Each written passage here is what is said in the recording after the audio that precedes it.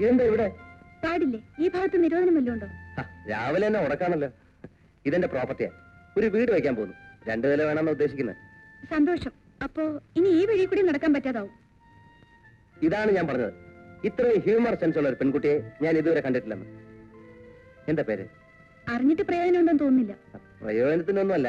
ഏതായാലും ഇത്ര ആയ സ്ഥിതിക്ക്. എത്രയായ സ്ഥിതിക്ക്? അയ്യോ, കേറി ഉടക്കല്ലേ. കുട്ടി വിചാരിക്കുന്ന പോലത്തെ ഒരാളല്ല ഞാൻ. പാവപ്പെട്ട വെറും ഒരു മര്യാദക്കാരൻ.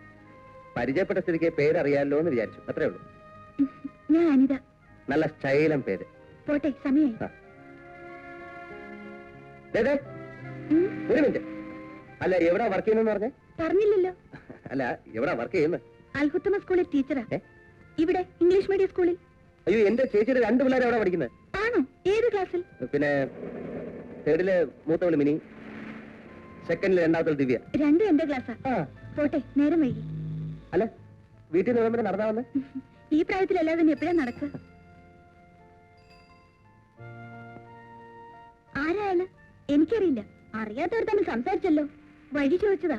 അല്ല, വീട്ടിൽ നിന്ന് നടന്നാണോ വരുന്ന ചോദിക്കുന്ന കേട്ടു. ഒന്നുമില്ല. ഇല്ലാത്തോണ്ടാക്കി ടീച്ചേഴ്സിനോട് പറഞ്ഞു കിണിക്കരുത്.